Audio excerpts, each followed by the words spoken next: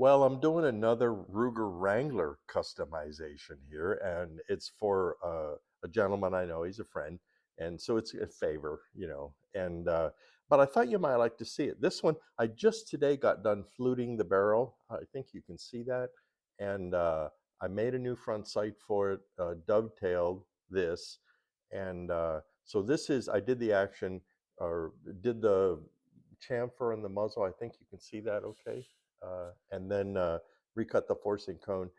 And so I'm reassembling it now to test fire it.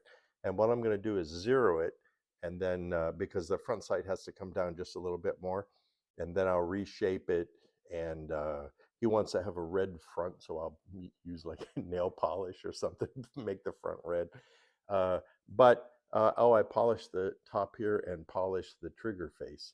So yeah, I mean, you can do a lot of this kind of stuff yourself. You really can. Just be careful if you take a Ruger Wrangler apart because they're a little bit confusing. I think there's guys like me online that can show you how to do it. Your phone is your friend, and so just take pictures as you take it apart, even some video, and then you'll remember, oh, everything goes back like that. One of the big things is remember the hammer and the hand kind of go in first, and then the trigger and the transfer bar go in, like follow it in, because it does you don't you think you just put the hammer in first, but no, you have to kind of feed them in together, so remember that. And oh, I also surface ground the sides of the hammer and the trigger. You can see it makes them look nice and flat and really cool.